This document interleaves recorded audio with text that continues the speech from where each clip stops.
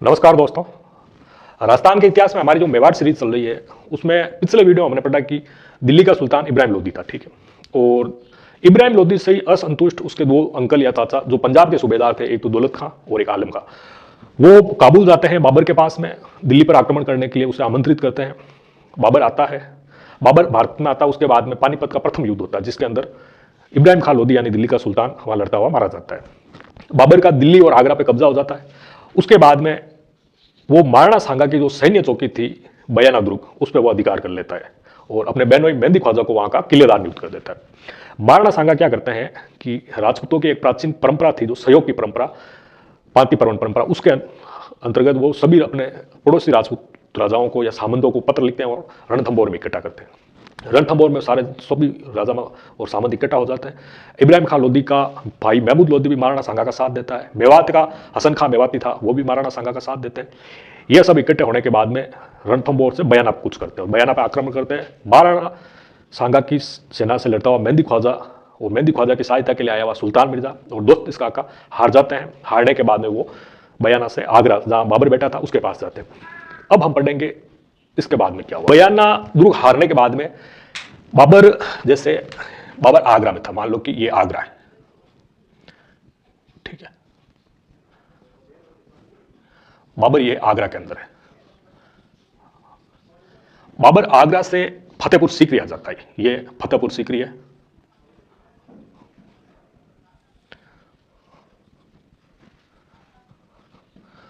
बाबर आ जाता है आगरा से फतेहपुर सीकरी और ये मान लो कि बयाना है, ये बयाना है जो महाराणा सांगा के अधिकार में है। महाराणा सांगा रणथंभौर से कूच किया और बयाना को जीत लिया। अब क्या होता है कि बाबर आगरा से फतेहपुर सीकरी आ जाता है। फतेहपुर सीकरी आने के बाद में वो युद्ध की तैयारी करने लग जाता है, मोर्चाबंदी करता है, रसद पानी जुटाता है और दूसरा कार्य ये करता है वो कि बाबर का बेटा हुमायूं जो जौनपुर में था उसे भी फतेहपुर सीकरी बुला लेता है, ठीक है। एक बात और होती है कि जब ये बयाना पानीपत का युद्ध हुआ था ना, तो पानीपत का युद्ध हुआ था तो हसन खां मेवाती जो अलवर या मेवात क्षेत्र का शासक था, उसका बेटा नार बाबर की कैद में था। तो बाबर क्या करता है कि हसन खां मेवाती को अपनी ओर मिलाने के लिए उसके बेटे नार खां को खिलत देके अपनी कैद से मुक्त कर देता है। लेकिन हसन खां मेवाती पर कोई फर्क नहीं पड़ता और जो बाबर की योजना होती है वो विफल हो जाती है, ठीक है। एक घटना और होती है कि बयाना दुर्ग से हारे हुए बाबर के दो सैनिक थे, एक का नाम तो था शाह मंसूर किस्मती, दूसरे का नाम था बरलास। वो वहां जाने के बाद में जो मुगल सेना थी उन्हें राजपूतों की वीरता, साहस, सांगा की सेना की श्रेष्ठता के बारे में वो बताते हैं। तो ये बात सुनकर बाबर की जो सेना थी वो डर गई थी, भय और आतंक का माहौल बन गया था। दूसरा एक घटना और घटित होती है, ये घटना और घटित होती है कि काबुल से एक मोहम्मद शरीफ नाम का कोई ज्योतिष आता है। मोहम्मद शरीफ ज्योतिष आता है तो वो एक भविष्यवाणी करता है कि जो मंगल का तारा है वो पश्चिम दिशा के अंदर है और जो बाबर की सेना है या बाबर है वो पूर्व दिशा के अंदर खड़ा है। तो जो व्यक्ति पूर्व दिशा से पश्चिम वालों से लड़ेगा उसकी हार होगी और पश्चिम वालों की जीत होगी। अब वो पहले से ही डरे हुए थे बाबर के सैनिक महाराणा सांगा की वीरता और साहस से। दूसरा वो मोहम्मद शरीफ की जो भविष्यवाणी है उससे और ज्यादा डर जाते हैं। तो बाबर क्या एक स्कीम निकालता है, बाबर एक काम करता है, वो धर्म का सहारा लेता है, धर्म का सहारा लेके सभी सैनिकों को इकट्ठा करता है, ठीक है। इकट्ठा करने के बाद में बाबर क्या करता है कि एक अपने सैनिकों का मनोबल बढ़ाने के लिए एक भाषण देता है, धार्मिक भाषण देता है, जिसमें वो कहता है, इमोशनली बात करता है कुल मिला के धर्म का सहारा लेके, जिसमें वो कहता है कि जीवन मरण को एक साधारण घटना बताता है। उसके बाद में वो कहता है कि ये जो संसार है ये एक सराय रूपी जगह है, या जो आता है वो जाता है, कायरों की भांति जीवन जीने से अच्छा है कि हम लड़के मरेंगे तो शहीद कहलाएंगे और अगर हम लड़ते हुए जीत गए तो हम गाजी कहलाएंगे। यानी कि हमारे लिए दोनों ही रास्ते महफूज है। अगर हम मर गए तो इस्लाम के मार्ग पे मर रहे हैं तो शहीद कहलाएंगे और अगर हम जीत गए तो हम गाजी कहलाएंगे। तो बाबर की ये बात सुन के जो भी सैनिक थे उनका मनोबल बढ़ जाता है। बढ़ने के बाद में पीछे सैनिकों में से किसी की आवाज आती है कि बाबर ऐसी बड़ी बड़ी बातें कर रहा है इस्लाम की, लेकिन खुद इस्लाम विरोधी कार्य कर रहा है, खुद के हाथ में शराब का प्याला है, खुद तो दारू पी रहा है और हमें ज्ञान दे रहा है। तो बाबर क्या करता है कि उस दिन से वो कसम खाता है कि मैं आज के बाद में कभी शराब का सेवन नहीं करूंगा, शराब के हाथ नहीं लगाऊंगा। और वो जितने भी अपनी शराब थी वो उसको गिरवा देता है। तो शराब के सोना चांदी के बर्तन थे उनको तुड़ा के फकीरों में बंटवा देता है, ठीक है। एक कार्य और करता है कि बाबर दाढ़ी कटवाता था तो वो उस दिन से कसम खाता है कि मैं आज के बाद में कभी दाढ़ी नहीं कटवाऊंगा। तीसरा कार्य यह करता है कि बाबर सभी सैनिकों को कुरान पे हाथ रख के लड़ने के लिए सौगंध खिलवाता है। एक कार्य और करता है बाबर कि व्यापारियों और सैनिकों से एक कर लिया जाता था जिसका नाम था तमंगा कर। तमंगा कर लिया जाता था, उसे बाबर समाप्त कर देता है। तमंगा कर क्या होता है? तमंगा कर है, तमंगा कर जो एक गैर इस्लामिक कर है, यानी कि इसका जिक्र कुरान या हदीस के अंदर नहीं है। और बाबर है जो तमंगा कर लेता था। यह कर है जो व्यापारी से लिया जाता था। व्यापारी जब कोई सामान बेचते थे, वस्तु बेचते थे, तो उनसे यह कर वसूला जाता था। बाबर क्या करता है कि सैनिकों और व्यापारियों से यह कर समाप्त कर देता है। ठीक है। एक कार्य और करता है बाबर, बाबर जिहाद का नारा देता है। अपने सैनिकों से कहता है कि राणा सांगा के जो विरुद्ध हम लड़ रहे हैं वो एक धर्मोचित है, ये इस्लाम के मार्ग पे है और ये एक जिहाद है। ठीक है। तो वो अपनी सेना को तैयार कर लेता है फतेहपुर सीकरी के अंदर। और फिर बाबर क्या करता है कि फतेहपुर सीकरी से ये मान लो कि खानवा है। ठीक है। बाबर खानवा जाता है। मार्च के शुरुआत में बाबर खानवा के बाद में वो खानवा के अंदर युद्ध की तैयारी करने लग जाता है। खानवा के अंदर वो रसद पानी इकट्ठा करता है। और ये जो खानवा है ये वर्तमान के अंदर रूपवास भरतपुर के अंदर है, गंभीरी नदी के किनारे। भरतपुर गंभीरी नदी के किनारे। हमें याद रखना है कि पूछा जाता है कि जो खानवा का युद्ध हुआ था वो खानवा का मैदान किस नदी के किनारे है, तो गंभीरी नदी के किनारे। तो बाबर खानवा आने के बाद में युद्ध की तैयारी करने लग जाता है। महाराणा सांगा जैसे बयाना से क्या होता है कि ये सीधा जो रास्ता है खानवा जाने का, इस रास्ते को छोड़ के वो कहते हैं कि हाईवे से होकर जाएंगे हम। और यहाँ पे जैसे भुसावर है, वो भुसावर में करीब 1 माह तक यही रेस्ट करते हैं। महाराणा सांगा भुसावर के अंदर 1 माह तक आराम करते हैं। उनका उद्देश्य ये था कि इधर काबुल से बाबर के लिए सहयोग या रसद आएगी, उसे हम यहाँ बैठ के काट देंगे या उसे आगे नहीं जाने देंगे। ठीक है। तो ये बयाना से भुसावर में 1 माह तक बैठ जाते जब तक बाबर खानवा के अंदर रसद पानी युद्ध की सारी तैयारियां कर लेता है। अब महाराणा सांगा जैसे बयाना से ऐसे ऐसे होते हुए खानवा पहुंचते हैं 13 मार्च 1527 को 1527 को महाराणा सांगा पहुंचे खानवा। इधर बाबर ने खानवा के अंदर सारी तैयारियां कर ली थी, अपनी मोर्चाबंदी कर ली थी, युद्ध लड़ने के लिए खाइया वगैरह खुदवा ली थी, जो भी उसको जरूरत थी उसको पूरा कर लिया था। ठीक है। अब क्या होता है, अब होगा खानवा का युद्ध। खानवा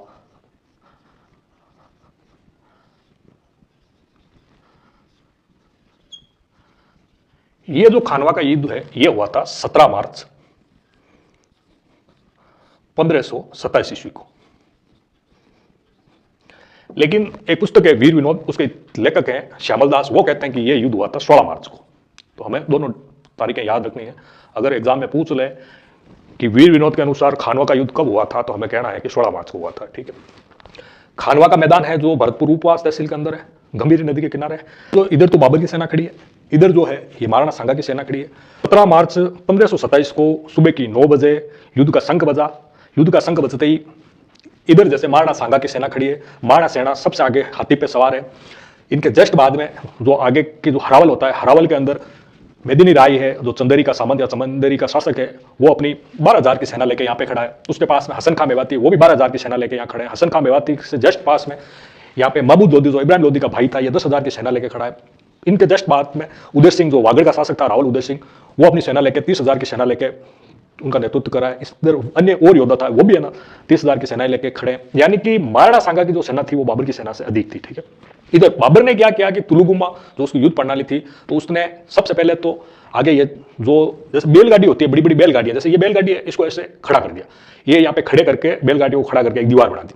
उन बैलगाड़ियों को आपस में अच्छे से उसने बांध दिया और उसके बीच में बैलगाड़ियों के बीच में ऐसे तोपें लगा दी। ठीक है। इन तोपों का जो कमान सम्मान हुआ था वो था एक तो मुस्तफा खां जो बाबर का तोपची था, एक उस्ताद अली जो बाबर का तोपची था। ठीक है। इसके बाद में बाबर ने जस्ट इधर 5,000 तीरंदाज और बंदूक से बिठा दिए थे। 5,000 तीरंदाज और बंदूक से वहां बिठा दिए थे। ठीक है। इनके पीछे ही बाबर ने रिजर्व सेना खड़ी कर दी, जो एक तो रुस्तम तुर्क के नेतृत्व में थी और एक है जो मुनीम अत्ता के नेतृत्व में। ठीक है। उसके जस्ट पीछे बाबर खड़ा हो गया घोड़े के ऊपर, हुमायूं खड़ा हो गया और मेहदी ख्वाजा जो बाबर का बहनोई था वो भी खड़ा हो गया। ये तीनों पीछे से निर्देश दे रहे थे सेना को। ठीक है। जैसे ही 9 बजे युद्ध का शंख बजा, हसन खां मेवाती, महमूद लोधी, मेदिनी राय ने तीर और भालों से पहला आक्रमण किया। ठीक है। तो ये यहां से जैसे मान लो आक्रमण कर रहे हैं, ये जैसे सेना इधर ये गई। ठीक है। जैसे ये सेना इधर आगे बढ़ी तो तीर अंदाजों ने क्या किया कि इनके ऊपर तीर बरसाए। ठीक है। दोनों ओर से बाबर एक नावक तोप लेकर आया था। नावक तोप में छोटे छोटे तीर डाले जाते थे और फिर मारे जाते थे। तो वो नाविक हजारों की संख्या में सेना पे आकर आक्रमण करते थे, सेना पे मार करते थे। जैसे हमने बाहुबली पिक्चर देखी थी या बाहुबली मूवी देखी थी, उसके अंदर कटप्पा वो एक तीर चलाता है एक मशीन से या यंत्र से, नावक कोप होती है वो कुल मिलाकर वैसी होती है। ये जो युद्ध रचना बाबर ने की थी या तुलुगुमा जिसे कहते हैं, इसी के ही तर्ज पे बाहुबली मूवी के अंदर कुछ कुछ सीन वो इस यही से है। तो उस तरीके से ही अब जैसे कि राणा सांगा की सेना आगे बढ़ी और इधर से तीर आया, इधर से बंदूक की गोलियां आई, तो सेना क्या करेगी, इधर आएगी और इधर से तोप के गोले आने शुरू किए। ठीक है, अब राणा सांगा की सेना में क्या है, हाथी ज्यादा थे, तो हाथी क्या खुद ही बिदक गए थे गोलों से और अपनी सेना को नुकसान पहुंचाने लगे। ठीक है, तो ये जैसे जैसे आगे बढ़े और ये हुआ और घोड़ों के कारण बढ़ने लगे, तो ये सेना है जो राणा सांगा की सेना, ये थक गई थी। जितने एक में क्या हुआ कि इधर से एक तीर आता है और राणा सांगा खुद हाथी के ऊपर सवार थे, यानी कि वो साफ साफ दिख रहे थे, और एक तीर आके राणा सांगा के सिर में लग जाता है, जिसके कारण राणा सांगा गिर जाते हैं घायल होकर। ठीक है, घायल होकर गिरने के बाद में क्या होता है कि एक तो मालदेव राठौड़ जो मारवाड़ के थे, मालदेव राठौड़, और आमेर के पृथ्वीराज कछावा, और एक सज्जा जाला जो गोगुंदा के थे, सज्जा जाला ये महाराणा सांगा के मामा थे, अजा के छोटे भाई, और अखेराज देवड़ा ये सिरोही के थे।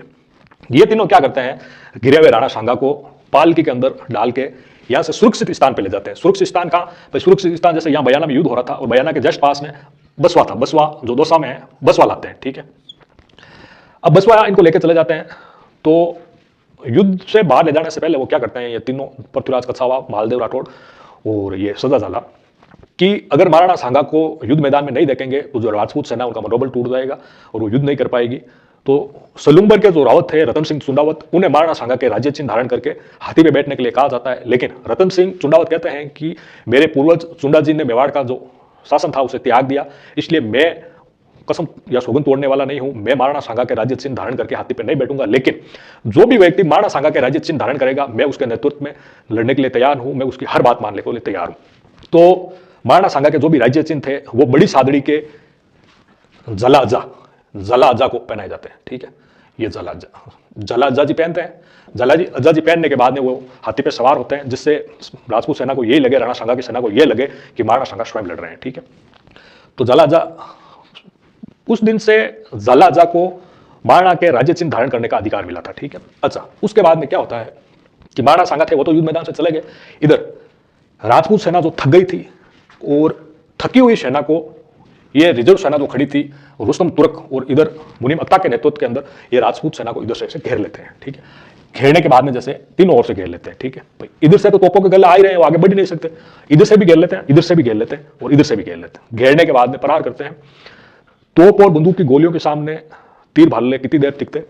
कुल मिला के धीरे धीरे मेदिनी ये वागड़ का उदय सिंह, रतन सिंह चुंडावत और भी जो योद्धा थे वो एक एक करके वीरगति को प्राप्त होने लगते हैं।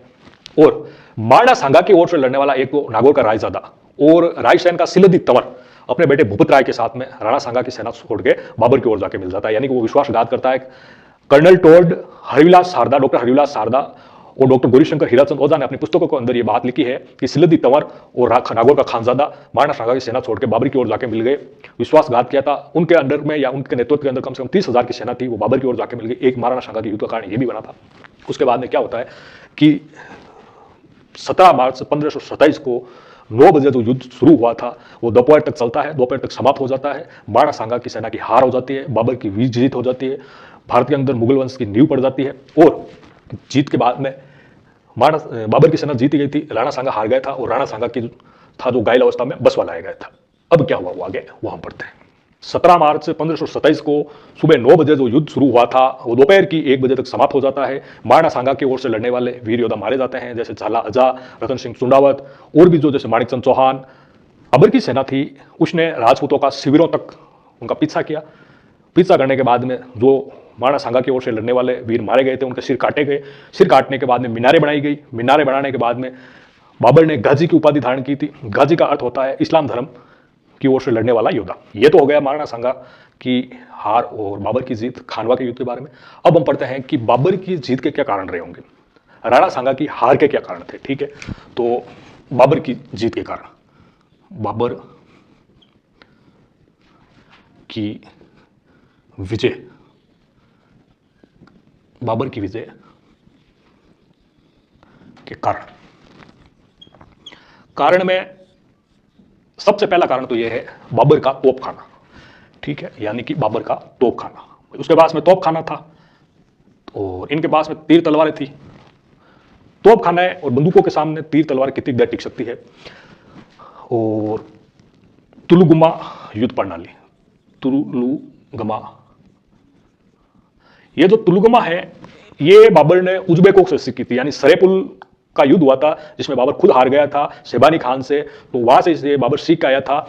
ये उस्मानी विधि से तोपों को सजाना, और बाबर ने बंदूकों का प्रयोग करना ईरानियों से सीखा था, घोड़ों का प्रयोग करना तुर्कों से सीखा था। और बाबर ने इस युद्ध का जो श्रेय है, ये युद्ध का श्रेय एक तो तोपची, दो तोपची थे, एक का नाम था मुस्तफा खां, मुस्तफा खां, दूसरे का नाम था उस्ताद अली। इनको श्रेय दिया कि भाई तुम्हारे कारण हमारी जीत हुई है। दूसरा क्या हुआ कि मैंने बता दिया बाबर ने जो तुलुगमा है ये उज़्बेकों से सीखी थी। बंदूकों का प्रयोग करना, बंदूकों का प्रयोग करना ये इसने ईरानियों से सीखा था, ठीक है। और चौथा जैसे घोड़े और तोपे सजाना ये इसने तुर्कों से सीखा था, तोपे सजाना ये इसने तुर्कों से सीखा था, ठीक है। तो कुल मिलाकर बाबर की जीत होने का मुख्य कारण था बाबर का तोप खाना, ठीक है। ये तो हो गया बाबर की जीत के कारण। और महाराणा सांगा की हार के कारण क्या थे? जो योद्धा कभी हारा ही नहीं था, उसने अपने जीवन के अंदर 6-7 युद्ध लड़े थे और सभी युद्ध जीते थे, और वो राणा सांगा इस खानवा के युद्ध में क्यों हार गया था, उसके क्या क्या कारण थे?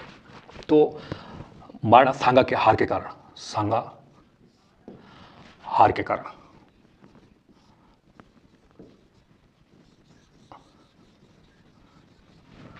हार के जो कारण है उसमें पहला कारण तो यही है कि भाई बाबर का तोप खाना, इनके पास में तोप खाना था, इनके पास में तीर तलवारें थी, तो बाबर का तोप खाना, ठीक है। दूसरा कारण यह था कि महाराणा सांगा की सेना बाबर की सेना की तुलना में अधिक थी, लेकिन वो अपने अपने सेनापतियों या अपने अपने राजा या अपने अपने रावल जो भी थे उनके नेतृत्व में लड़ रही थी। तो जैसे ही मान लो कि युद्ध हुआ और किसी सेनापति के नेतृत्व में 20,000 की सेना या 5,000 की सेना है और वो सेनापति मारा गया, तो जो उसकी सेना है, एक जना मारा गया, सेनापति मारा गया, लेकिन जो भी 5,000 की 10,000 की जो सेना है वो युद्ध मैदान से बाहर हो गई, यानी उन्होंने युद्ध करना बंद कर दिया। मतलब राणा सांगा की सेना में जो अलग अलग सेनापति थे, तो वो सेना उसी सेनापति का ऑर्डर फॉलो करती थी, उसी की आज्ञा का पालन करती थी, ठीक है। तो एक युद्ध में हारने का कारण ये हो गया। तीसरा कारण ये था कि महाराणा सांगा ने जैसे बयाना का किला जीत लिया, उसके बाद में वो अगर सीधे मार्ग से चल के जाके खानवा में पहले से तैयारी कर लेते, तो राणा या बयाना जीते ही वो सीधे जाके आगरा पे अटैक कर देते, या फतेहपुर सीकरी पे जहाँ राणा इसकी बाबर की सेना पड़ी थी उस पर अटैक कर देते। वो पहले से ही डरे हुए थे, भय और आतंक के माहौल में तो थे ही, और राणा सांगा उन पर अटैक करते या आक्रमण करते, चारों ओर से घेर के अगर उनको सल्टा देते, तो बाबर वैसे ही हार जाता, बाबर का अस्तित्व समाप्त हो जाता। लेकिन महाराणा सांगा ने एक सबसे बड़ी भूल की, कर्नल टोड, डॉक्टर हरविलास सारदा और डॉक्टर गौरीशंकर हीराचंद ओझा के अनुसार, कि वो बयाना से जो सीधा मारे गए वो छोड़ के वो भुसावर होकर घूम के गए। भुसावर के अंदर 1 माह तक उन्होंने आराम किया और उनका उद्देश्य था कि भाई बाबर को कोई काबुल से कोई सहायता मिलेगी, वो उसको मैं यहाँ काट दूंगा। लेकिन जब तक बाबर को आगरा से वो फतेहपुर सीकरी आया, फतेहपुर सीकरी से वो या खानवा गया, उसने युद्ध मोर्चाबंदी की, रसद पानी जुटाया, खाइए वगैरह खुदवाई, उसने भूभाग को समझा कि मुझे कैसे युद्ध करना है, क्या करना है। राणा सांगा को सिर्फ 3 दिन ही मिले थे, 13 मार्च को वो पहुंचे थे, 14, 15 और 16, 17 को 9 बजे तक युद्ध हो गया। तो एक कारण, सबसे बड़ा जो कारण है वो ये, एक इतिहासकार है एल्फिस्टन ने भी राणा सांगा की हार का जो मुख्य कारण है वो यही बताया कि महाराणा सांगा बयाना युद्ध के बाद में तुरंत अगर इसकी बाबर की सेना पर अटैक कर देते तो बाबर की हार निश्चित थी, और वो 1 माह तक भुसावर के अंदर रुके, ये कारण, ठीक है। एक चौथा कारण यह है कि मैंने बताया नागौर का रायजादा और रायसेन का सिलदी तंवर वो अपने बेटे भूपत राय के साथ लड़ने के लिए आया था। तो ये जो इतिहासकार हैं तीनों, कर्नल टोड, गौरीशंकर हीराचंद ओझा और हरविलास सारदा, अपनी पुस्तकों में लिखते हैं ये दोनों जने खानजादा और सिलदी तंवर कम 30,000 की सेना लेके राणा सांगा की ओर से निकल के विश्वासघात किया इन्होंने और चले गए बाबर की ओर, ठीक है। तो एक महाराणा सांगा की हार का कारण यह था। एक कारण यह था कि 5वां कारण यह था कि जो बाबर था उसने घोड़ों का प्रयोग किया था, हल्के हथियारों का प्रयोग किया था, तुलुगुमा पद्धति का प्रयोग किया था, तोपों का प्रयोग किया था, तीरों का प्रयोग किया था। एक नावक तोप होती है, नावक तोप यानी तोप ही होती है, उसके अंदर छोटे छोटे तीर डाले जाते थे और वो मार करते थे, यानी भागती हुई दुश्मन की जो सेना आ रही है उसके ऊपर, जैसा मूवी के अंदर देखते हैं वैसे ही वो आके तीरें गिरती थी, तो वो सैनिक घायल हो जाते थे, घायल होने के बाद में उनको मार दिया जाता था या उनसे युद्ध किया जाता था। तो बाबर ने क्या किया, नावक तोप का प्रयोग किया था, तोपों और बंदूकों का प्रयोग किया था, तुलुगुमा पद्धति के अनुसार राणा सांगा की सेना को तीनों ओर से घेर के मारा था। मतलब ये राजस्थान का एक ऐसा युद्ध था जिसमें पहली बार यहाँ के योद्धाओं ने तोपों को देखा था। मतलब कहा जाता है पुस्तकों में, तो यहाँ तक लिखा हुआ है कि राजपूत वीरों ने तोपों के अंदर अपने सिर डाल दिए थे। तोपों के अब सिर इसलिए डाल दिए थे कि कैसे भी करके इनको रोका जाए। मतलब उनको समझ में ही नहीं आया था कि ये कौन सा हथियार है, उनको यही लगा कि ये कोई आग उगलने वाला हथियार है। ठीक है, तो एक कारण यह था राणा सांगा की हार का। एक छठा कारण यह था कि बाबर की गुप्तचर व्यवस्था अच्छी थी। यानी बाबर गुप्तचर व्यवस्था से उसने पता लगा लिया कि भाई बयाना के बाद में राणा सांगा किधर गए हैं। ठीक है, बयाना के बाद में राणा सांगा भुसावर गए थे, ये बाबर को पहले ही पता था। ठीक है, लेकिन बाबर आगरा से फतेहपुर सीकरी आया है, फतेहपुर सीकरी से खानवा आया है, ये बात राणा सांगा को पता नहीं थी, क्योंकि राणा सांगा के पास में ऐसी गुप्तचर व्यवस्था जैसी कोई सुविधा नहीं थी। ठीक है, एक कारण, जो सातवां कारण है वो यह है कि मारना सांगा जैसे खुद हाथी पे सवार थे और युद्ध मैदान में अपनी सेना के सबसे आगे वाले भाग में हराउल के ओर लड़ रहे थे और वो हाथी पे खड़े, यानी कि दुश्मन की जो सेना है उन्हें वो साफ नजर आ रहे थे। ठीक है, और किसी दुश्मन ने सही निशाना लगा के तीर मारी और राणा सांगा के सिर में आके लग गया। राणा सांगा नीचे गिर गए। नीचे गिरने के बाद में जब वो युद्ध मैदान में नहीं दिखे राजपूत सेना को, तो राजपूतों का मनोबल टूट गया। तो एक हार का कारण यह भी माना जाता है। बाबर स्वयं हराउल दस्ते में लड़ने के लिए नहीं आया, बाबर सबसे पीछे खड़ा था अपने बेटे हुमायूं और बहन मेहंदी ख्वाजा के साथ में, वो सेना को निर्देश दे रहा था। तो एक कारण यह है बाबर की जीत का, मारना सांगा की हार का। तो थे बाबर की जीत का कारण, मारना सांगा की हार के कारण। अब हम पढ़ेंगे कि खानवा युद्ध के परिणाम क्या रहे। तो खानवा युद्ध के परिणाम, खानवा युद्ध के परिणाम, खानवा युद्ध के परिणाम। तो खानवा युद्ध के परिणाम में पहला तो यह परिणाम रहा कि महाराणा सांगा ने जो दिल्ली पे हिंदू राज्य स्थापित करने का स्वप्न देखा था, महाराणा सांगा के नेतृत्व में हिंदुओं ने, वो स्वप्न एक तो भंग हो गया। क्योंकि महाराणा सांगा के बाद में ऐसा कोई वीर योद्धा हुआ ही नहीं जो सभी राजपूतों को अपने झंडे के नीचे लेकर आए, या सभी जो हिंदू योद्धा थे उन्हें अपने झंडे के नीचे लेकर आए। तो एक तो जो दिल्ली पे अधिकार करने का या दिल्ली में हिंदू साम्राज्य स्थापित करने का जो स्वप्न था वो भंग हो गया। दूसरा ये कि जो राजपूतों की अंदरूनी जो कमजोरियां थी या सामरिक कमजोरियां थी उनकी, वो उजागर हो गई थी। तीसरा एक ये रहा कि महाराणा सांगा के कारण जो राजपूतों में एकता संगठन हुआ था वो भंग हो गया। उसके बाद में कभी ऐसा संगठन नहीं हुआ था। एक महाराणा सांगा ही एक ऐसे योद्धा हुए जिनके नेतृत्व में मारवाड़, आमेर के कछावा, सिरोही के आसपास के सारे योद्धा, यानी राजौर के माणिकचंद, रायसेन का सिल्लदित, उसने धोखा दे दिया था, लेकिन तो भी वो लड़ने के लिए आए। नागौर का खानजादा, राणा सांगा के नेतृत्व में सभी जने इकट्ठे हुए थे। उस राणा सांगा के बाद में ऐसा कोई वीर योद्धा, प्रबल योद्धा नहीं हुआ कि जिसके नेतृत्व में एक जो राणा सांगा के कारण ये जो राजपूत अफगान जो गठबंधन बना था वो भी समाप्त हो गया। एक जो हमारी हिंदू संस्कृति है या हिंदू कला है उसे नुकसान पहुंचा था। नुकसान कैसे पहुंचा कि भाई बाबर यहाँ पे मुगल वंश की स्थापना कर दी। शुरू में तो उसने मंदिर वगैरह तोड़े या हिंदू जो भी कला संस्कृति के जो निर्माण है उनको तोड़े। तो हिंदू जो कला या संस्कृति की जो भी चीज थी उनको नुकसान पहुंचा था, हिंदू संस्कृति को नुकसान पहुंचा था। जो बाबर इधर उधर भटक रहा था, पहले वो फरगना से समरकंद गया, समरकंद को मैं उसको वो हार के वापस फरगना आया, तो उसे पता चला कि फरगना पे भी उसके भाई और जो जहांगीर मिर्जा था उसने अपने सेनापति अहमद तम्माल के साथ में मिलकर फरगना पे अधिकार कर लिया। तो वो फिर वहां से काबुल आया, काबुल से वो बार बार 5 बार उसने, पानीपत से पहले 4 बार वो पंजाब पे आक्रमण किया। यानी कि वो किसी लेखक ने कहा है कि बाबर पानी के भाव से जो पत्र कभी इधर लुढ़क जाता है कभी उधर लुढ़क जाता है, बाबर की वो स्थिति थी वो अब समाप्त हो गई और उसको स्थायित्व राज्य मिल गया। यानी स्थायित्व उसने अपने मुगल वंश की स्थापना कर दी भारत के अंदर। ठीक है, तो एक परिणाम में ये एक मतलब महाराणा सांगा के बाद में कोई ऐसा वीर योद्धा या प्रबल योद्धा पैदा नहीं हुआ जो महाराणा सांगा की तरह सभी जो भारत के हिंदू राजा या राजपूत राजा जो भी है उनको इकट्ठा करके एक ही झंडे के नीचे लेकर। एक खानवा युद्ध का यह परिणाम रहा कि महाराणा सांगा की जो मेवाड़ की सीमा थी, वो महाराणा सांगा के मेवाड़ के अपने राज्य की सीमा पीलिया खाल एक जगह है जो आगरा के पास में, ठीक है, वहां पर मेवाड़ की सीमा थी। ठीक है, तो इस युद्ध के हार के बाद में मेवाड़ की जो सीमा है वो बसवा या काणोता जो जयपुर के अंदर है वहां तक हो गई, यानी मेवाड़ का राज्य सिमट गया। ठीक है, तो ये तो हो गए खानवा के युद्ध के परिणाम। संग्राम सिंह के बारे में, जैसे ये महाराणा संग्राम सिंह,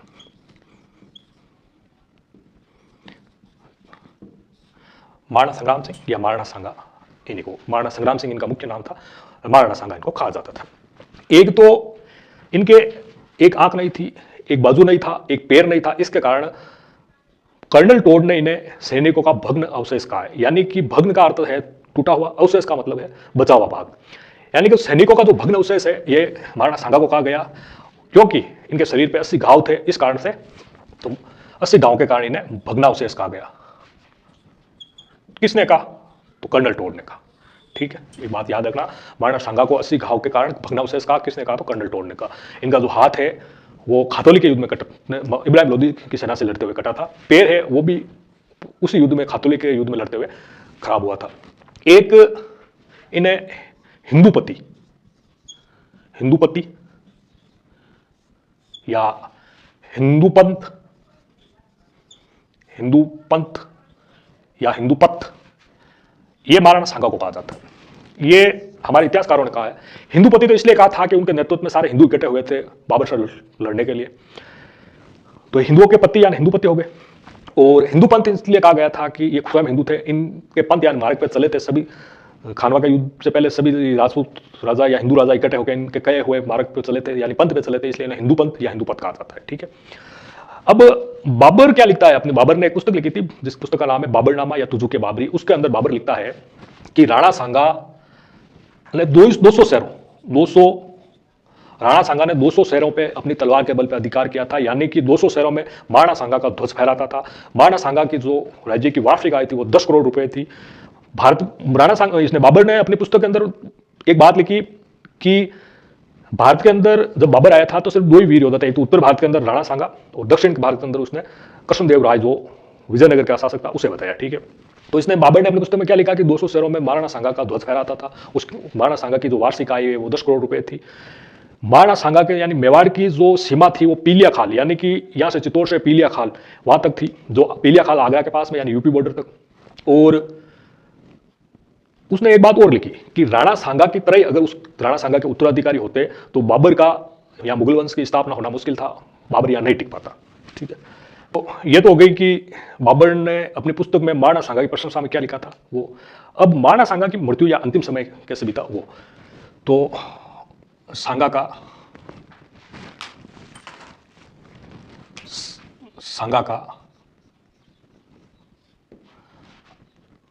अंतिम समय।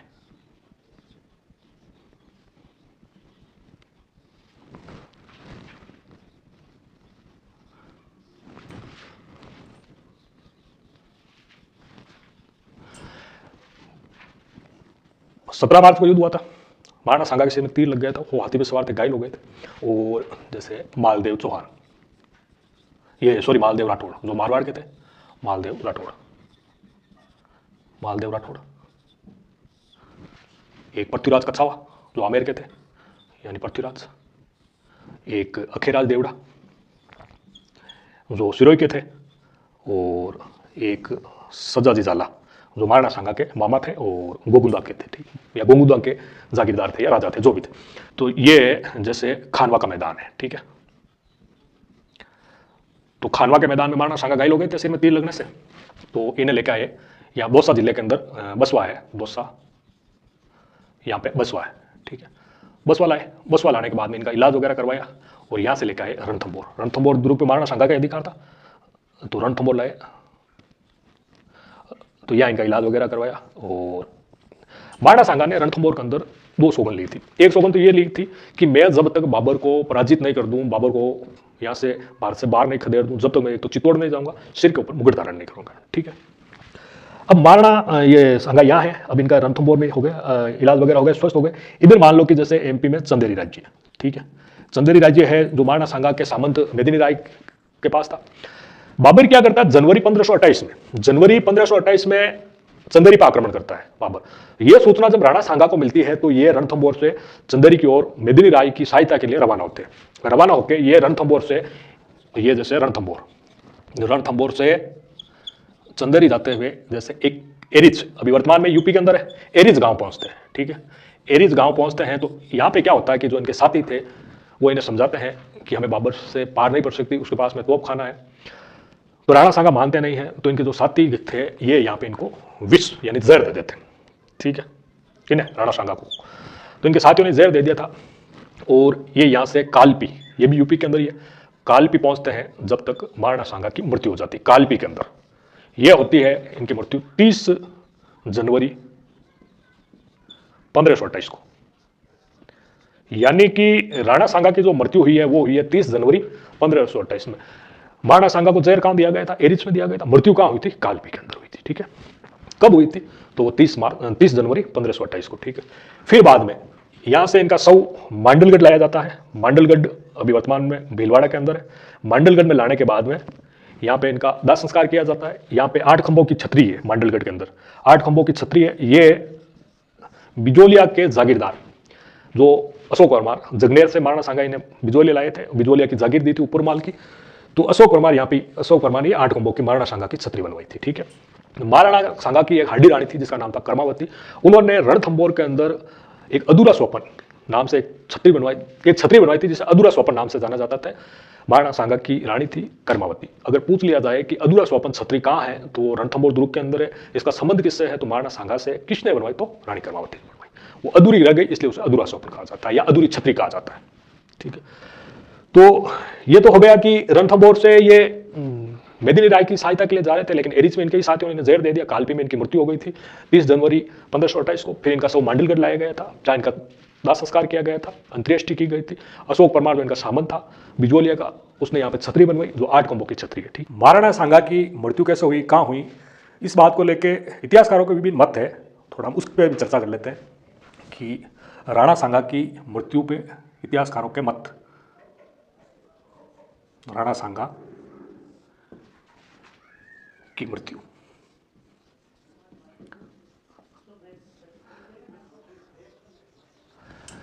तो राणा सांगा की मृत्यु कैसे हुई, कहां पर हुई? तो जैसे डॉक्टर गौरीशंकर हीराचंद ओझा, डॉक्टर ओझा और डॉक्टर गोपीनाथ शर्मा, यानी डॉक्टर गोपीनाथ शर्मा, इन दोनों का मत है कि महाराणा सांगा खानवा के युद्ध में घायल हो गए, उन्हें बसवा लाया गया था, एरिच के अंदर उन्हें जहर दिया गया था और कालपी में उनकी मृत्यु हो गई थी और मांडलगढ़ के अंदर उनकी दाह संस्कार किया गया था और छतरी बनाई गई थी 8 खंभों की। ये बात कौन कहते हैं? डॉक्टर गौरीशंकर ओझा और गोपीनाथ शर्मा। एक इतिहासकार हैं जिनका नाम है डॉक्टर हरविलास शारदा। हरविलास शारदा, इनका मत है, ये अपनी पुस्तक महाराणा सांगा नाम से इनकी पुस्तक है, उसमें ये लिखते हैं कि राणा सांगा की मृत्यु बसवा में हुई थी, जहां उन्हें ले जाया गया था और इनकी मृत्यु बसवा में हुई थी, ठीक है, बसवा दौसा के अंदर, जहां वर्तमान में चबूतरा बना हुआ है महाराणा सांगा का बसवा के अंदर, वहीं पे इनकी मृत्यु हुई थी। ये बात कौन कहते हैं? ये बात कहते हैं डॉक्टर हरविलास शारदा, जो एक इतिहासकार और है मुंशी देवी प्रसाद। मुंशी देवी प्रसाद कहते हैं, मुंशी देवी प्रसाद, मुंशी देवी प्रसाद का मत है कि महाराणा सांगा की मृत्यु एरिच में ही हुई थी बीमार पड़ने के कारण और एरिच में उनका दाह संस्कार किया गया था। एक इतिहासकार और हैं जिनका नाम है doctor Rajendra Bhatt, doctor Rajendra Bhatt, doctor Rajendra Bhatt.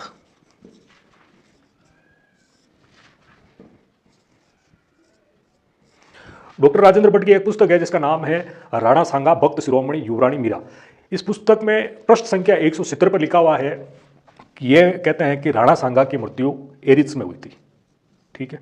Erich वर्तमान में यूपी के अंदर है, गरौट तहसील के अंदर, झांसी जिले के अंदर। तो एरिच गांव में इनकी मृत्यु हुई थी और एरिच गांव में बेतवा नदी के किनारे, बेतवा नदी के किनारे एक जगह है जिसको सुंडी घाट कहा जाता है। सुंडी घाट में महाराणा सांगा का दाह संस्कार किया गया था।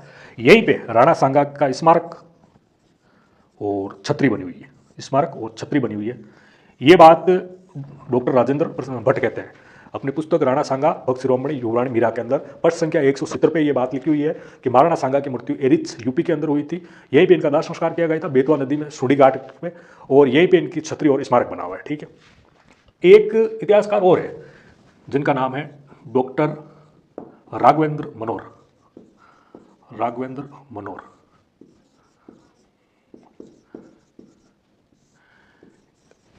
डॉक्टर राघवेंद्र मनोर की पुस्तक है जो राजस्थान हिंदी ग्रंथ अकादमी में भी चलती है। ये बात डॉक्टर राघवेंद्र मनोर कहते हैं कि डिग्गी कल्याण जी जो टोंक जिले के अंदर, वहाँ पे एक शिलालेख लगा हुआ है जो महाराणा सांगा ने लगवाया था। वो जष्टवदी तेरस यानी कि 1584 ईस्वी का, यानी मई 1527 ईस्वी का है। यानी उस शिलालेख के आधार पे डॉक्टर राघवेंद्र मनोर कहते हैं कि महाराणा सांगा की मृत्यु 1527 ईस्वी में हुई थी। लिख देता हूं मैं यहाँ। डॉक्टर राघवेंद्र मनोर के अनुसार महाराणा सांगा की मृत्यु 1527 ईस्वी में हुई थी। ये बात ये डिग्गी जो टोंक जिले में है, यहाँ पे एक शिलालेख लगा हुआ है, उसके आधार पर ये बात कहते हैं। जो ज्येष्ठवदी त्रयोदशी विक्रम संवत 1585 ईस्वी का है। तो ये तो हो गया हमारा आज का। देखते पूरा महाराणा सांगा।